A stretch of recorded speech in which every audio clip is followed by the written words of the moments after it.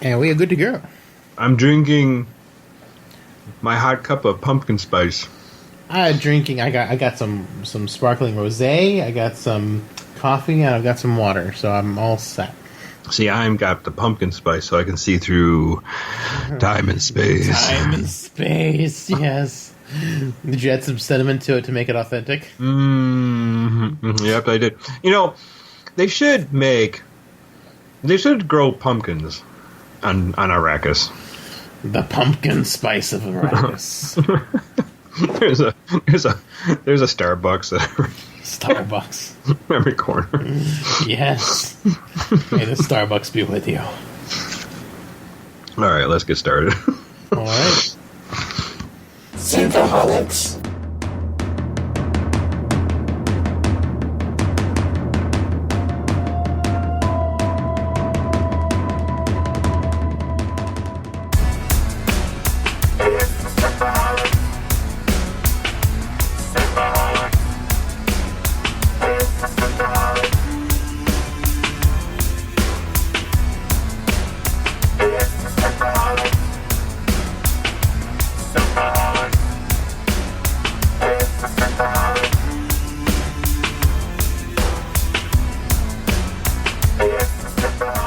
Welcome to Synthaholics. Thank you for downloading this episode. We are back at Dune, guys. We're sorry you missed a week, but some people went on vacation.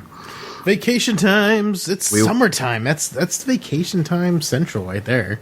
Yeah, unfortunately, I got some other reading done, but I had to catch up on these 2 chapters on Dune. So here we're going to talk about your Bigfoot erotica. Yeah, well, I mean, somebody's got to fill that niche. I mean, you were out in the woods, so I mean, I figure that's the best time to read Bigfoot erotica. It's like, ooh, maybe he'll come and get me. My big hairy savior. Big hairy memories.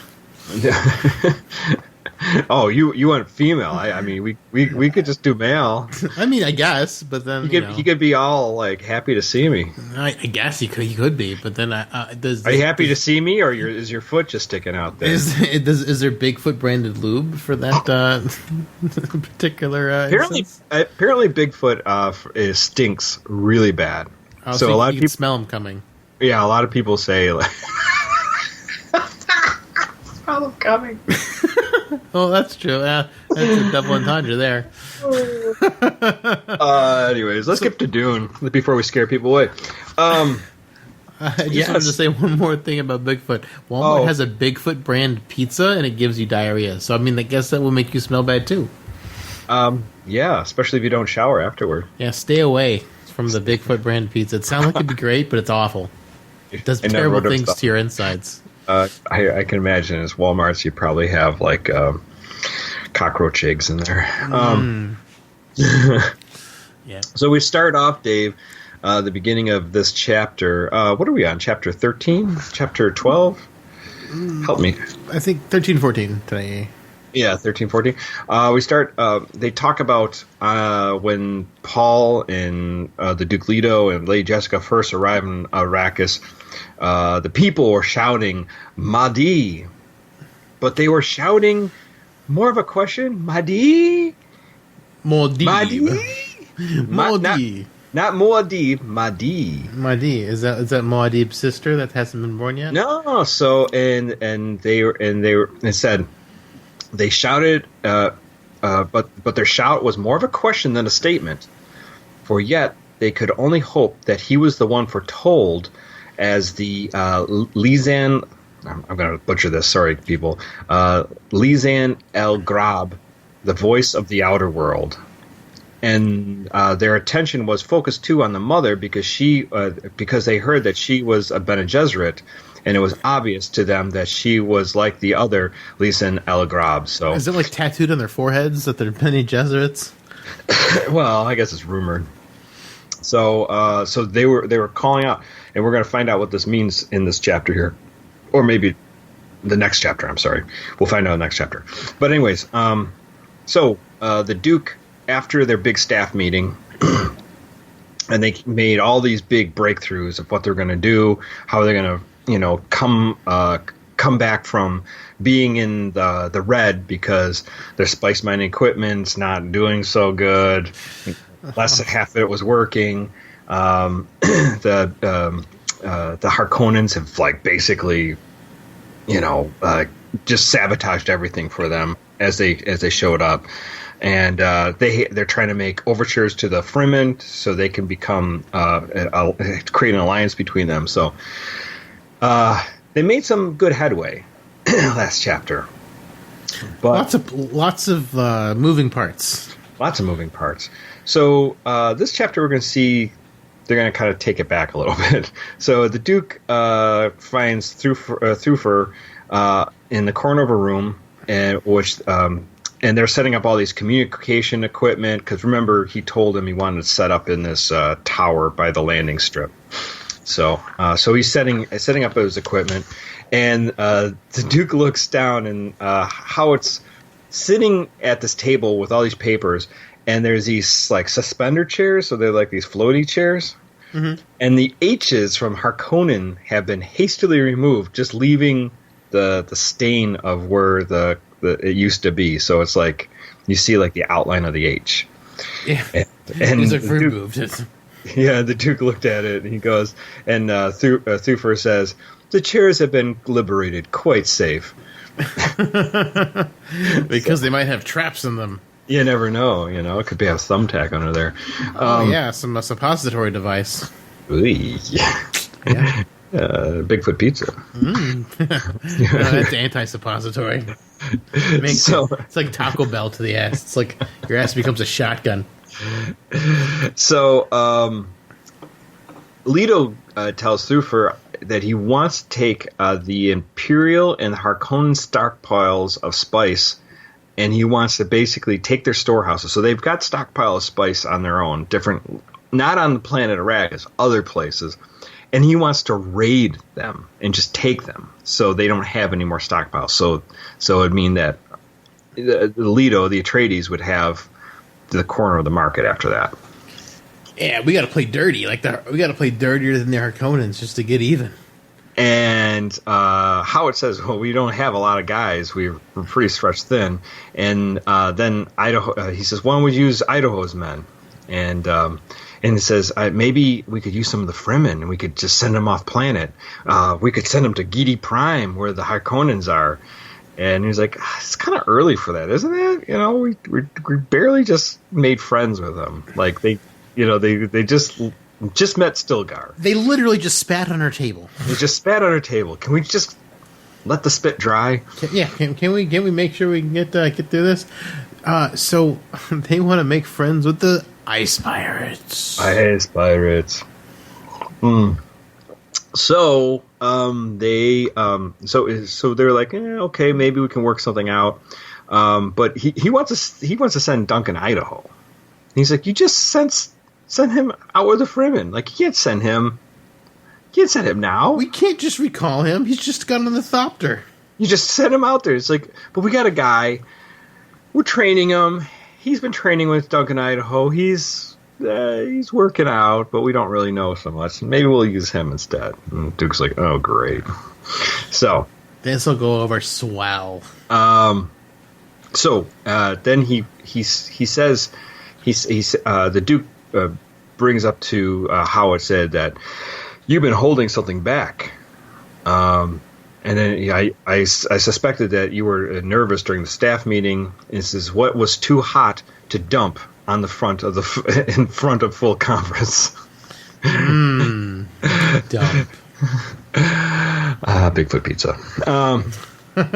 It's so a lot, I guess. I guess so. Yeah. So Hawat says that he said, "My lord, I don't know quite how to broach this." He said, and then the Duke says, "We suffered many scars from each other." Thufir, the Duke says, you can broach any subject with me," and so Hawat says, "It's a scrap note. It's just a piece of note. It's a piece of film we found from a Harkonnen courier.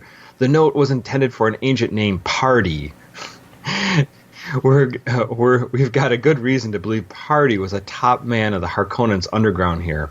The note, it's a thing that could have great consequence, or no consequence. It's susceptible to various interpretations.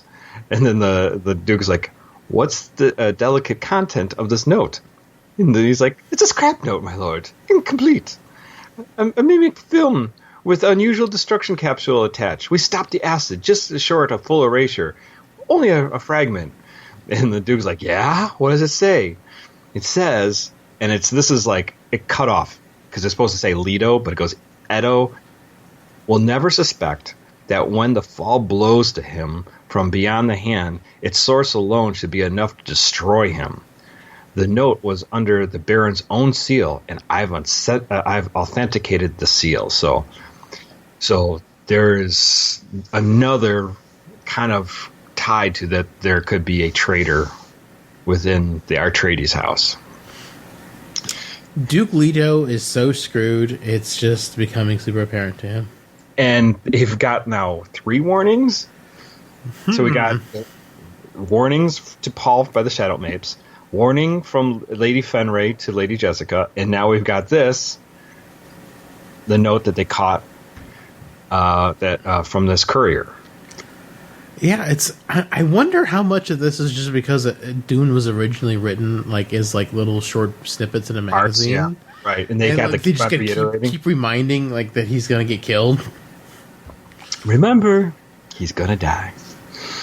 So, so he said, so he says your suspicion is obvious. Said the Duke, and he says, and then Howard said, I'd sooner cut off my own arms to hurt you.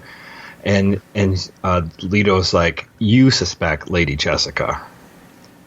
And he's like, well, she's the newest one here. He's like, she's been here 16 years. 16 years. She could have killed me in my sleep. She could have poisoned me. She could have done a ton of things. Why would she do this now? She could have used poison lipstick. So he brings up something. Remember we talked about, I think this is going back to when we first got the introduction to the Harkonnens. I think it's chapter 2 or chapter 3, whenever that was. He goes, the art of Canley.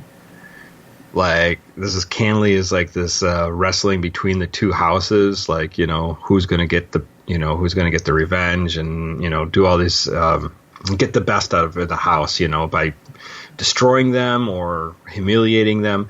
But he's like, this could be, he says, remember, this might not just be about destroying you or killing you.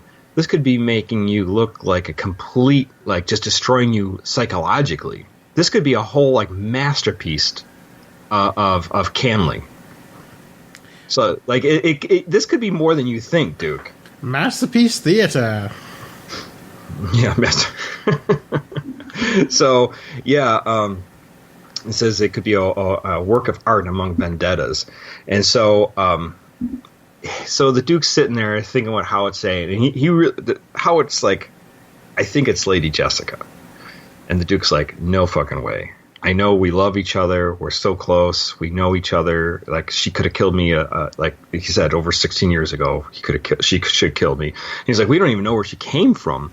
She was orphaned. We don't know if she's was orphaned by the Atreides or something like that. Maybe she's got some revenge she wants to take out on us. And the Duke's like, no way. So, but then he stops himself from arguing with Thufir and says, okay, have her followed. And he thinks to himself, this is his job. His job is to be suspicious and to look into the dark corners. Let him do that. I know what's what, and it's not Lady Jessica. So he's already. He can spy on her and send me the pictures later. Yeah, I know. Thufir's like, I got the film, sir. And he goes, but he goes like, we should alert Dr. Yui. Oh. And then Thufir still believes that Yui is still good. So yeah, so this is obviously how it is not doing too well in trying to find this spy. No one's got tabs on Yui's wife. Why is this? Yeah, why is anybody talking about his Wanda? He's like the obvious traitor. Yeah, like, no. like he's like his wife is missing. His wife hasn't been around. I wonder where his wife went. Did anyone bother to ask him where his wife went or what's going on there? It's just, I don't know. It just seems kind of weird that no one thought to ask about. Well, this. she's supposed to be technically dead, but I guess he got some knowledge that she might be alive from the Harkonnens. Like, we kept her alive. We're torturing her. Yeah. So the Duke's kind of pissed off at this news, and he's even more pissed off that, Lady Jessica is kind of like put in the middle of all this, because he's like, fuck, all right, fine. Have her followed, but be discreet that she doesn't know about it. And he's like, of course, yeah. And then he's like, I got to get out of here. You're pissing me off, Thufir. He's kind of going to leave. And he goes, oh, by the way, before you go, I got something to tell you. And he's like, I got this film thing about the religion of the Fremen. He's like, Duke's like, really?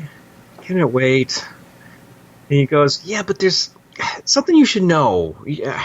Remember they were calling Mahdi when you came in, to planet Arrakis? He goes, yeah, I don't know what that meant.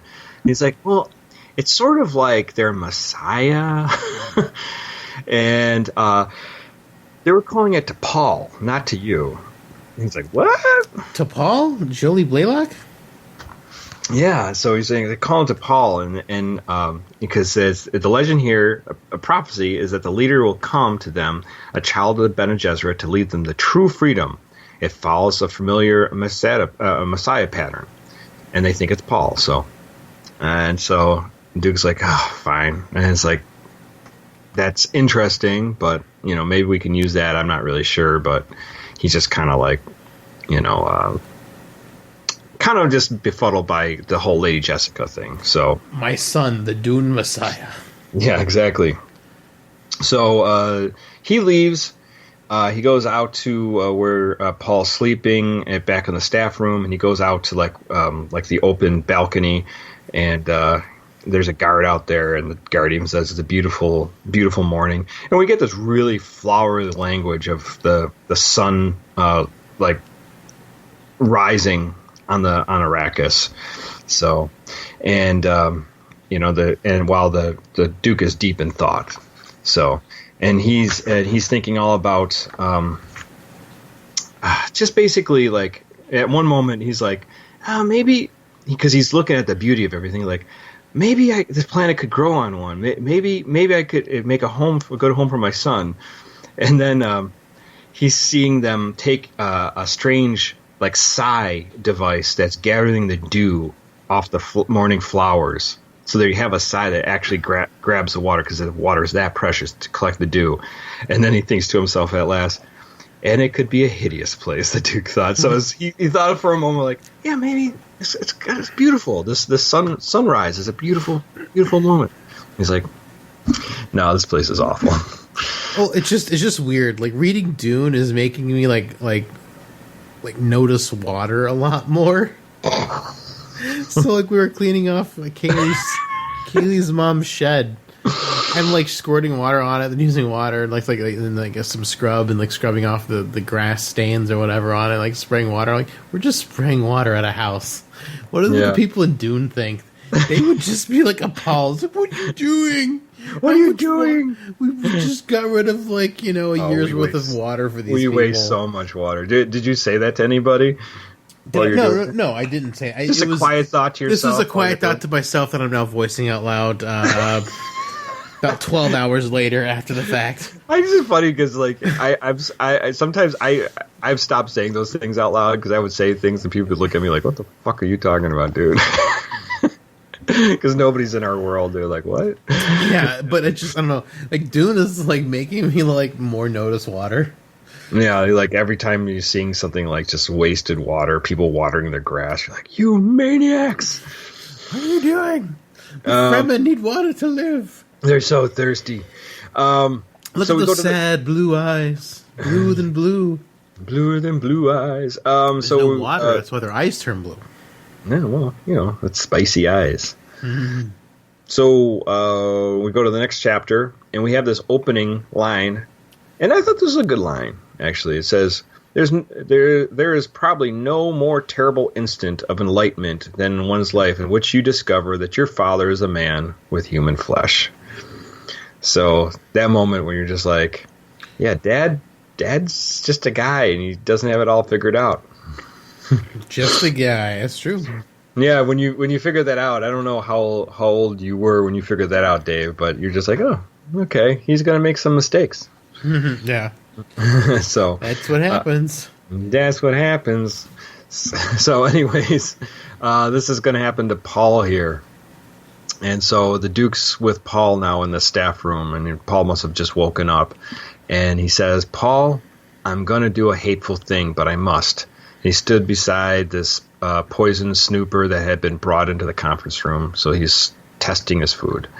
And so he's Paul's like, they're talking about, well, at first they get into the whole Mahdi thing and how they think that he could be possibly this Mahdi, this Messiah. And then he's thinking back that the Reverend Mother said that he's possibly could be the Quiz of Haderach. So, and then he goes, hateful thing, the Duke said, and Paul goes, what do you mean?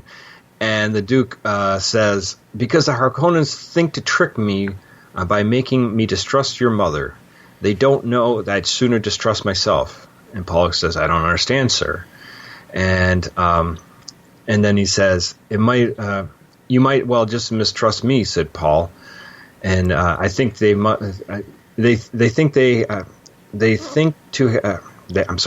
have to think they've succeeded, and they must think of me as this much of a fool, and it must look real.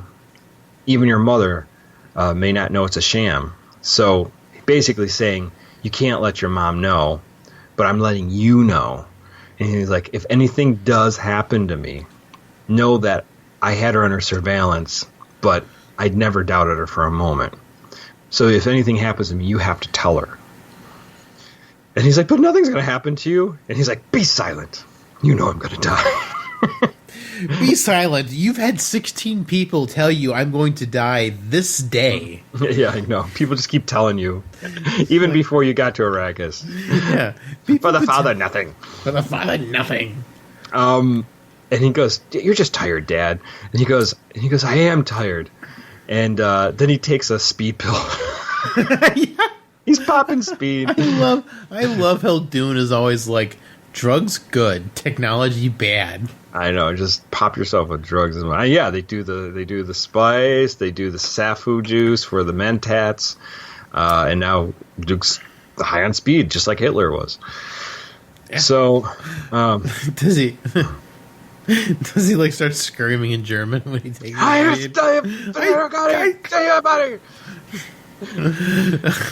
want to see Duke Leto Atreides grow like a Hitler mustache and like start like yelling at all the people. No, they never said he didn't have a Hitler mustache. That would be amazing. Come on, Dune movie. CGI add in a mustache. You took the mustache off Henry Cavill in CG. Let's just add let's make a Duke Leto a Hitler clone. It looks like in the movie he's got a full beard. So. No, that's true. He had a full beard in the original. So yeah, he did. Yeah. He did not in the miniseries. Yeah, he was clean shaven in the miniseries, I believe. And it begs the question: why is he wasting water on shaving? That's true. So they messed up the sci-fi version. There's a quick thing about the Duke. They're flooding the villages and the cities with propaganda saying how great they are, and that basically just to make people understand that they're awesome. The Atreides are awesome. So all the Atreides are awesome. Harkonnen suck ass. Yeah. Suck ass. They just singing in the streets. Yeah. So and then it kind of ends there. It says Paul he takes the anti-fatigue tablet and he gulps it down. And Paul stares at his father, watching his shoulders straighten as the tablet did its work, but remembering the words of fear and doubt. So, anyways, maybe he'll just drive a drug overdose. Maybe he'll just die of a drug overdose. Yeah, maybe in his sleep. So there we go. We got the these last couple chapters. Obviously, we're still learning about this traitor that still hasn't struck yet, the Atreides family, but is lying in wait. The Duke just not taking it, and Paul basically from the last couple chapters realizing, oh, we're fucked, and my dad is gonna die. But what are we gonna do about it, Paul? Paul's like, but what are you gonna do gonna do? Yeah. I don't know what I'm gonna do about it. I think I'm gonna go hang out with Shattuck Mapes. I'm only 15, so what would I know? Shattuck Mapes can teach you a lot of stuff, Paul. Show me my knife. I can show you my saggy scars. I mean, moves. So, any thoughts on this before we wrap this segment up? I mean, like it's still just kind of coming along. I mean, like it's a lot less Leviticus-y. Yeah, it is true. So that's next chapter. That's next chapter. Next chapter is Dr. Kynes. Yeah, but there's a lot of information for there. A lot of info dump. Yeah. Yeah. Gurney singing and all that fun stuff, you know. Mm-hmm. Right. Gurney being Gurney. It's just so funny that Patrick Stewart was playing him. I don't think did they ever have him sing. He didn't. No, sing there was a deleted scene of him playing. You can look it up too. There's a deleted scene of him playing his. Was it not a sitar? I forgot what it was called. Yeah. But he's playing it. Yeah. But he doesn't sing. Do you know who did the music for that besides the main score? Is Toto, the people who did Africa. I guess the rain's down in that. Yeah. They did the rest of it. They did the music for Dune? They didn't do the main theme. I think that was a separate, but they did the rest of it. So like where he's playing the guitar thing, that's Toto. God bless the rains in Iraq. Yeah, I know, right?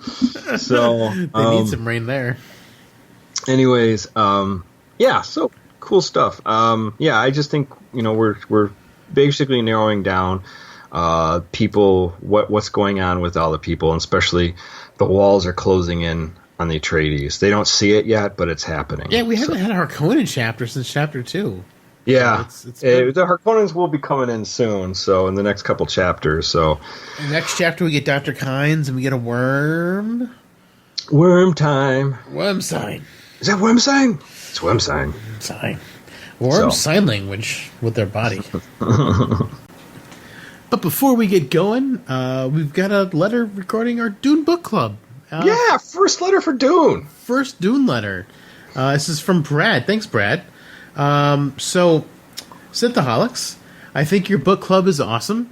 I've been looking forward to the new episode since it was announced. I've just read the book last year.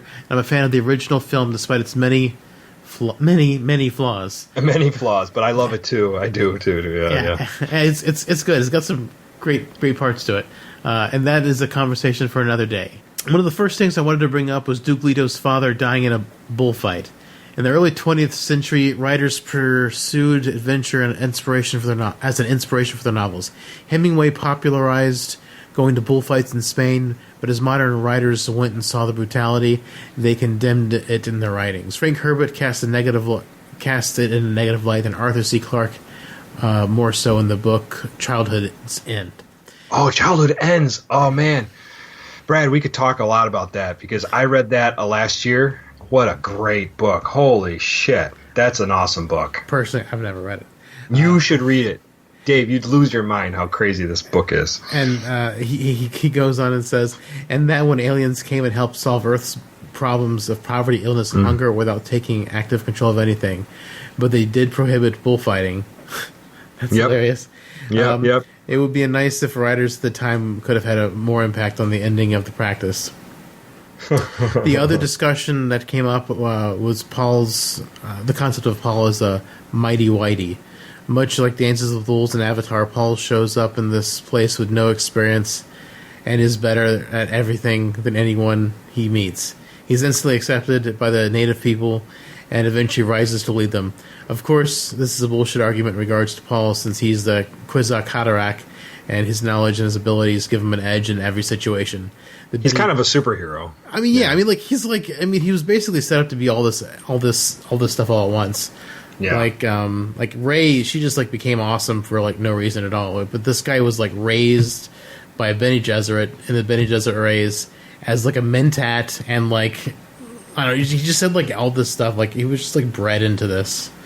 Like Yeah, it didn't like happen on accident. Right, basically. exactly. Yeah. Since he's the Kwisatz Haderach, he has knowledge and abilities that gave him an edge in every situation. The Bene Gesserit, their Promandu training, and the Missanova's Protectiva establishment Paul as a messiah and gave him combat skills. Even more, Paul ultimately fails in all of his goals, proving that even with everything going his way, he can still mess things up. Mm-hmm. The argument is still going to be made over the next year. I'm curious about your own opinions on the matter. I recommend watching Quinn's video, since he explains this much better than me. I have a feeling this is an argument that we're going to need some ammunition for. He sends a YouTube link. I'll send it to you, Aaron. I watched Quinn's video. That guy's great. Yeah, he's amazing. Yeah. He's amazing. In fact, I read the second book. That's as far as I got, the Dune Messiah, and we see a different version of Paul after this point. So it's not as godlike. It's more of like trying to figure shit out. Yeah. So it's more interesting. He gets wandery in Dune Messiah. Let's see. So Quinn also got me into the Hyperion Cantos, which is an amazing space opera if you're looking for some deep sci-fi after you finish Dune. As always, keep up the good work and feel free to parse my emails on the air as your heart's content. Very respectfully, Brad. Thanks so much, Brad. This is awesome. My first Dune email, so I really appreciate it. Yeah, it's awesome. I'm so I bought Hyperion, and I haven't got a chance to read it yet. I'm reading Dune, obviously. I'm reading kind of like the follow-up to the Mothman Prophecies, The Eighth Tower by John Keel.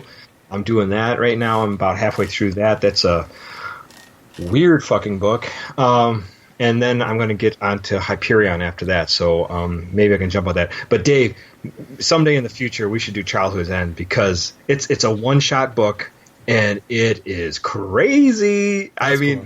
You like it. It's really cool sci-fi, and it's really weird. It's real cool. Weird. Yeah. So it's cool stuff. I like weird stuff. But yeah, I finished the Wheel of Time series completely like a month or two ago, reading Dune and the first Expanse book right now. So that's right. You're doing Expanse. Yeah. I got to get into that. It's funny though. The Expanse books are like huge tomes. Yeah. I'm assuming the type really must be bigger than a standard small. I don't know what it is. I like them the small like novels, like you get the tiny. They're chunkier books. I mean, I don't have the physical book. I've been listening to an audiobook, but I mean, I'm making my way through it. Yeah, I like that because I like the smaller books, but I don't know. Maybe they'll release them in smaller books. It's like they're the size of hardbacks, while being hardback. Yeah, exactly. They're cool. Big. They're cool looking though. I mean, they got really great art on them and everything. So I don't know. I think they're pretty cool. Nice. All right, cool. Thanks, man. All right, thank you so much, Brad. All right, guys. Well, I hope you're enjoying the Dune extravaganza. And next week, I think we're only gonna do one chapter of Dune, because this is a very long chapter. So we'll focus on just one chapter. We won't do two chapters. So if that's what you want to, if you're reading along with us, just prepare to read one chapter. Anyways, guys, if the show is something you're enjoying, please let us know. You can leave us reviews on Apple Podcasts. You can also join our Facebook group, Facebook.com/groups, Synthaholics, where you can talk to us about Dune. You can email us if there's something you thought we missed or you want to talk more about Dune. Hit us up at our email at synthaholics@yahoo.com. You can also hit us up at Twitter. Twitter is Synthaholic Duo. We're also on Instagram, which I haven't been updating, which I need to update soon. It's synthaholics.podcast. You can hit us up there. And if the show is something you want to support, please go to our Patreon, patreon.com/Synthaholics, and throw us some money. We would greatly appreciate it. All right, Dave. May the pumpkin spice be with you. Yes, get the Starbucks going. So, guys, let the spice flow. Feel it flow over you like the force. Cleo. That was Dune. Well, McCoy, my boy, come mix me a drink. Before the night's over, I'll puke in the sink, and we'll cry till we laugh, and we'll both shit our pants. You're the the best drinking friend I ever